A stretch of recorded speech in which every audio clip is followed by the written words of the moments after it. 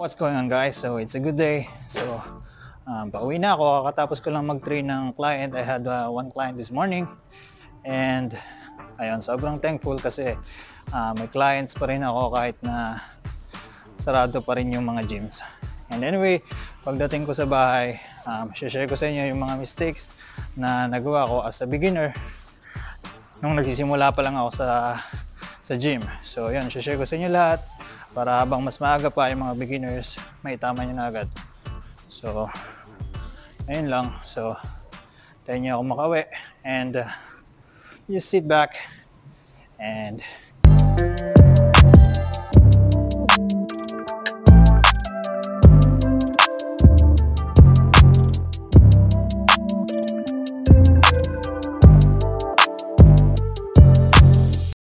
so, ito na. Nakauwi na ako.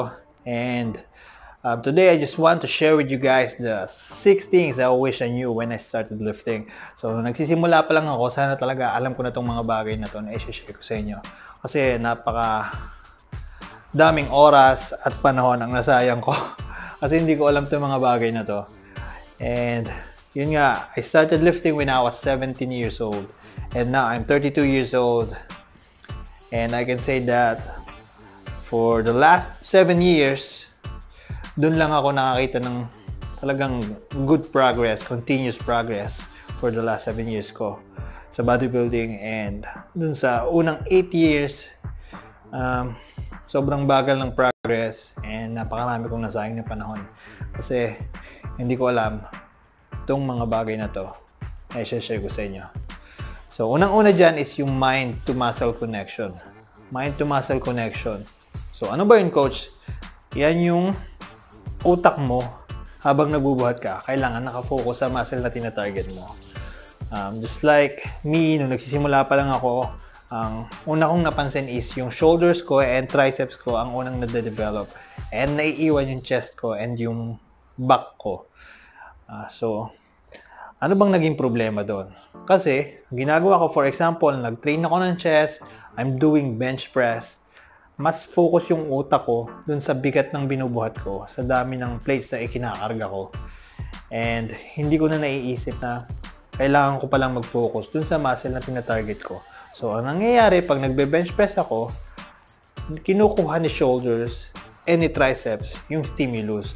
So, nagko-compensate si shoulders and triceps kaya sila yung lumalaki at naiiwan yung chest. So, yun yung nangyayari. Kasi nga, wala ko ng mind-muscle connection. Same goes with my back. I remember when I was competing in men's physique, year 2015, I finished 5th place in one category. And then, based on feedbacks, natalo daw ako sa likod, sa rear. Kasi wala daw definition yung back ko and yung lower back ko din. Parang wala pa, hindi pa ganun ka-matured yung muscles and hindi ganun ka-develop. And so, ang ginawa ko, nag-focus ako on training my back. And yun nga, yung mind to muscle connection, talagang dun ko siya ginamit and minastered ko talaga siya. Especially sa mga forms. On pulling movements, usually ang nagiging problema dyan is you are pulling with your biceps. So, pag humihila ka and you're not doing the proper form or the proper range of motion, humihila ka kasi nag-focus ka masyado sa bigat. So, sobrang bigat, hindi mo na siya ma-fully extend. So, hindi na nagwo-work yung lats mo. Ang nagwo-work na is yung bicep kasi hanggang dito lang. So, yung pressure, nag-isisay sa biceps mo and forearms mo. Which is dapat, i-elongate mo siya para ma-engage mo yung lats. Same goes with the lat pull down. Ang madalas na nakikita ko sa mga gym goers, naglo-load sila ng sobrang heavy weights on lat pull down. Pero yung movement nila ganito. So, pag nag-pull down sila, it's good, yeah? Tapos, pag akyat, hanggang dito lang. So, ang pressure nasa biceps mo. So, what you need to do is to elongate your lats para mas ma-engage siya. Nag-guess nyo ba? So, you need to engage your back on each movement. So, ang problema sa back, hindi natin siya nakikita. So, kailangan talagang mag-focus ka dun sa mind to muscle connection. And it will make a very big difference. It can make or break your physique, guys. So you have to master this mind to muscle connection. And ayun nga, yung 2015 physique ko to 2017, napakalaki na naging difference. With a short period of like 2 years only, yung difference talagang nag-improve talaga just because of that technique, mind to muscle connection. And yun, another mistake ko is yung I neglect compound moves. Kasi pag beginner ka, masyado ka mag-i-enjoy sigurado sa isolation moves. Kasi ang sarap ng bomba, ang sarap ng pump. Kasi ang mga isolation moves natin dyan. And which is very wrong. Kasi itong compound moves, they are the foundation of bodybuilding. Yung squats, deadlift, bench press, and overhead press. Foundation yan. So kung gusto mong mag-add ng quality, mass, and strength, these are the foundation, the compound moves. My main problem here is hindi ko naman sila ni-neglect. Ang problem ko naman is I don't know how to execute them properly, especially sa deadlift. So ginawa ko, inaral ko mabuti yung proper execution, then in-incorporate ko siya sa back training ko, and it make a big difference in terms of back thickness, yung kapal ng back ko. So ayun. And another mistake ko naman is yung I also neglect progressive overload. As a beginner kasi noon, wala pa nga masyadong social media kasi magazines pa nga lang kami noon. And yun, pag nakikita ng bagong program sa magazines and yung tropa mo, may bagong program. And so yun, nagiging fancy ka na sa workout mo, tinatry mo lahat ng workouts and programs na makita mo. And ang nangyayari, hindi mo na natatrack yung progress mo. So what you need to do is to focus on one program first, and then let's say do it for 2 months, 3 months period of time, and then track mo yung progress mo, kung umaangat ba yung weights mo, yung reps mo. So track it first before going into another program. So yun yung masasuggest ko, kasi yun yung mali ko. Masyado ako naging fancy and palit-palit ako ng program. Kasi ganito yung program ni Idol, ganyan. So, kaya mag-focus ka muna sa isa, okay? And another mistake is yung dirty bulking, guys. Pakalaking pagkakamali ko yung dirty bulking na yan. Kasi payatot ako nun I remember, I was very skinny. And then, pagpasok ko sa gym, boy! Kumain ka ng kumain, pataba ka muna, mag-bulking ka muna, kainin mo lahat ng gusto mo. So, yung ginawa ko, gamitin 4 packs of pancit canton, gamitin a lot of rice, gamitin lahat ng makita ko, kinakain ko, wala akong pakialam sa macros na yan. Tapos yun, I gained weight, tapos nagmas talaga ako, mas lalong tumaba. So yun, nag-gain ako ng fats, and yun nga, lumaki nga talaga ako. Pero ang problema is yung blood pressure ko tumaas, and then kapag natutulog ako I snore, humihilik ako, tapos kapag naglalakad ako sa labas hinahapo agad ako, and ayun, nahihirapan ako matulog, and ayun, hindi siya naging maganda para sa akin. So I suggest if you will do it properly. So mag clean bulk. Try to eat at least around 70% of your diet. Make it whole foods like white rice, eggs, chicken, fish. Walang problema doon. And then yung 30% mo, okay, eat whatever you want as long as pasok pa rin siya sa calorie surplus mo. Okay? So, I'm not saying kapag nag-clean bulk ka is hindi ka na magigain ng fats. Magigain ka pa rin ng fats, but at least makokontrol mo siya. So, ayun. Sabi ko nga, yung calorie surplus, if makukuha mo siya, mas maganda. Para hindi mo alam, para alam mo kung sobrang-sobra ka na ba or kulang ka pa. And doon papasok yung isa ko pang pagkakamali. Or hindi naman pagkakamali, talagang hindi ko lang talaga siya alam noon.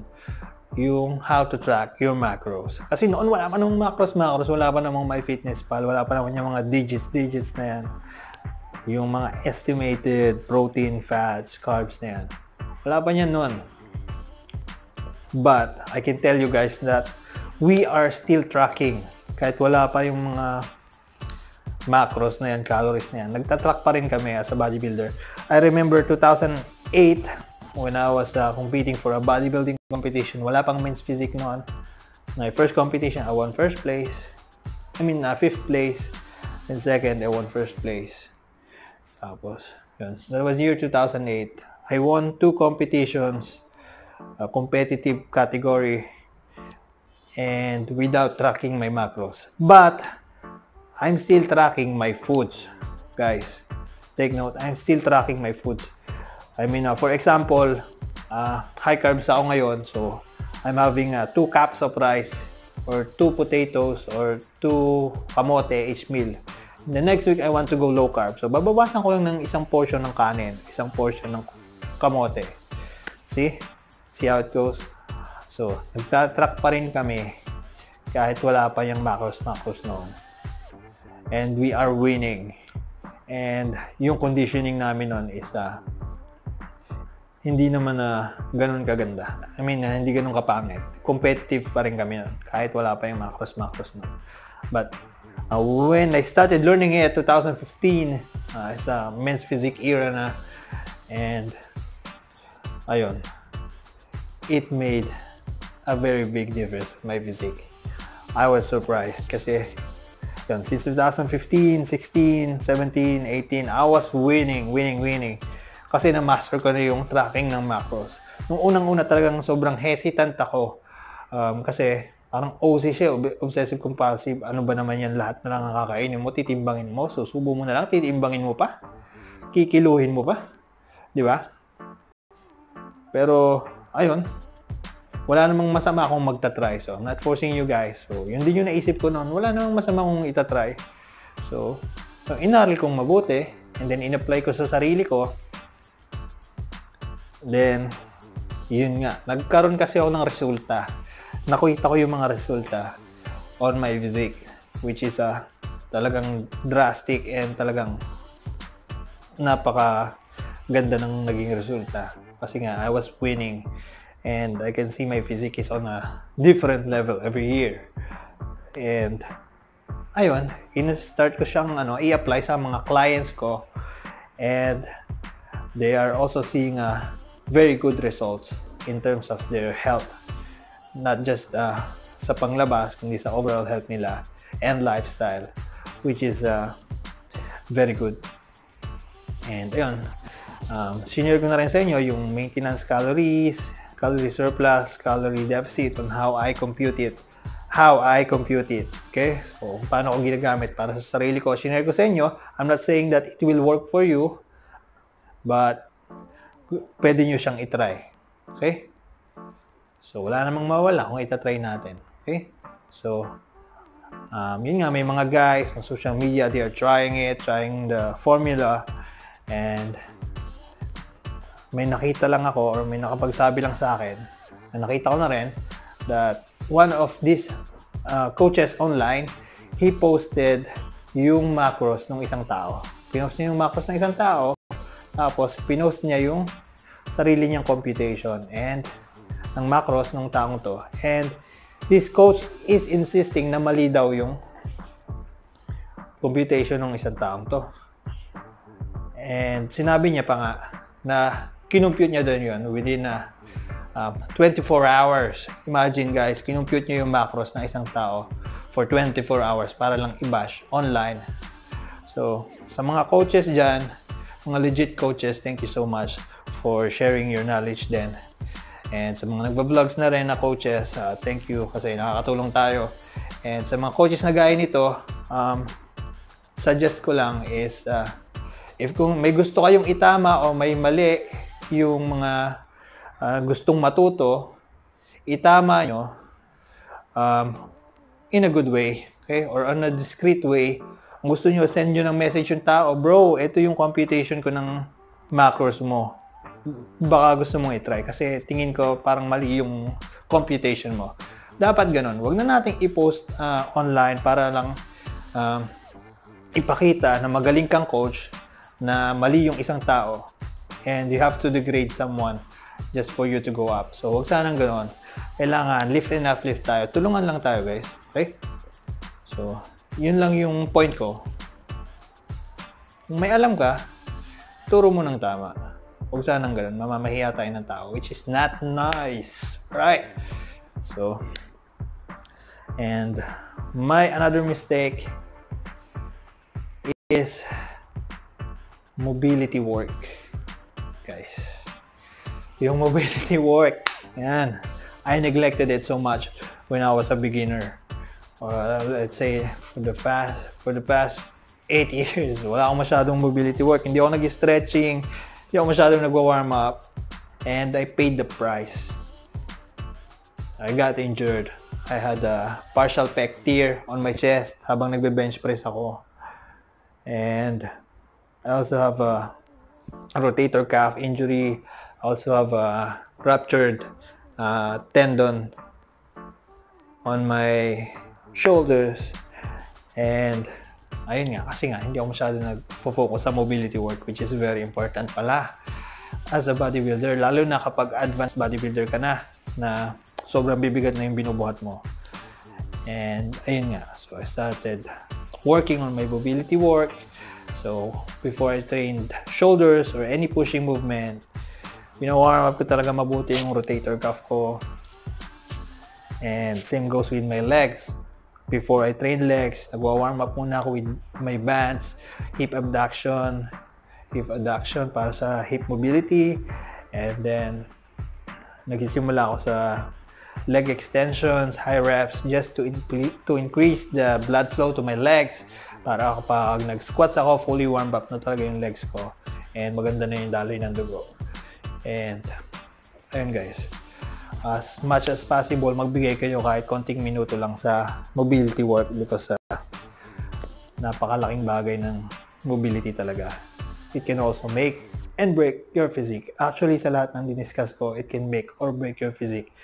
And ayun, habang mas maaga pa, tama na natin, okay? Para hindi na tayo mag-aksaya ng oras, kagaya ng ginawa ko. Okay? So, sinare ko na sa inyo, and I hope may apply nyo sa pagbubuhat nyo and sa overall health nyo rin. And ayun, if may comments kayo, suggestions regarding this topic, and if may mali akong nasabi or may nakalimutan ako, just let me know, okay? Wala namang problema doon. Kasi I'm also still learning. So, never-ending process yan, yung learning. So, kahit gaano ka-experience bilang coach or as a lifter, marami ka pa ring bagay na hindi alam. So, ayun. But on my side, lahat ng kaya kong i-share sa inyo, i-share ko sa inyo, lalo na sa mga beginners. Okay? And ayun, maraming salamat sa lahat ng sumusuporta sa inyo. And may God bless you all. See you on the next one.